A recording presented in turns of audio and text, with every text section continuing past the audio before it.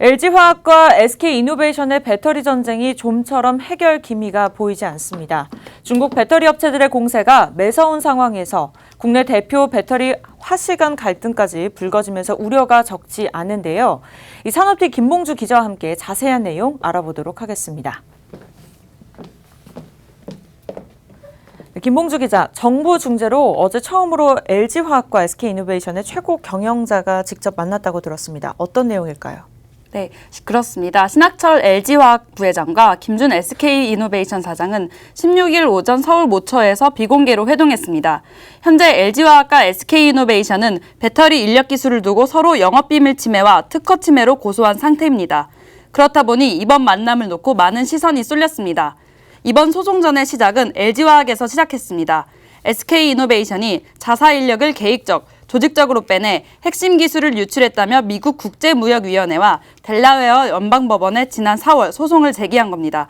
이에 맞서 SK이노베이션은 LG화학을 상대로 지난 6월 국내에서 명예훼손에 따른 손해배상 청구 소송을 냈습니다. 이어서 지난 3일에는 미국 ITC와 연방법원에 특허 침해 소송을 제기했습니다. 이처럼 서로 평행선을 달리는 상황에서 회동을 가진 겁니다. 이번 회동에 정부가 직접 개입했다고 들었습니다. 맞습니까? 네, 그렇습니다. LG화학, SK이노베이션 모두 어제 만남에 대해서는 산업부의 노력이 있었다고 밝혔습니다. 하지만 이날 회동에서 양측의 입장차는 쉽게 해결되지 않은 것으로 전해졌습니다. 신학철 부회장과 김준 사장은 서로의 입장차를 확인하는 데 그친 것으로 알려졌습니다. 두 회사 모두 만남 자체에 의미가 있었다는 평이하고 의례적인 수준의 입장만 내놨습니다. LG화학은 이번 회동에서 성과는 없었지만 진정성 있는 대화를 나눴다는 입장이고 SK이노베이션은 소송에 성실히 대응하면서 대화를 통해 해결에 노력해 나가겠다고 밝혔습니다. 네, 이번 사태를 바라보는 전문가들의 견해는 어땠습니까? 네, 전문가들은 이번 사태로 글로벌 전기차 배터리 시장에서 국내 기업들이 서로 발목을 잡고 중국 등 해외 경쟁 기업들이 어부지리를 얻는 것은 아닐지 걱정하고 있습니다.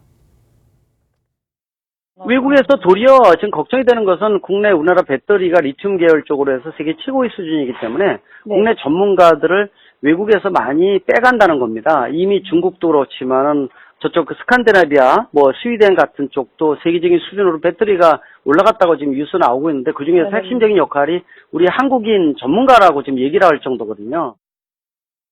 네, 그렇다면 전문가가 적극적으로 나서야 되지 않을까요?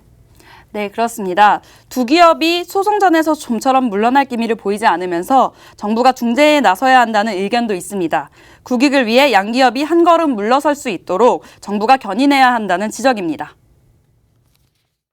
일본이나 아니면 중국에다가 어부지리를 넘겨주는 거기 때문에 정부가 이제 어제부터 적극적으로 이제 중재를 하기 시작을 했는데 좀 더 서둘러서 봉합을 좀 해야 되고요. 정부의 적극적인 중재가 더 중요한 시점이라고 보고 있습니다. 네, 양측이 화해할 가능성은 없는 건가요? SK이노베이션은 비교적 화해 의사를 보이고 있습니다. 하지만 LG화학 측은 강경한 입장입니다.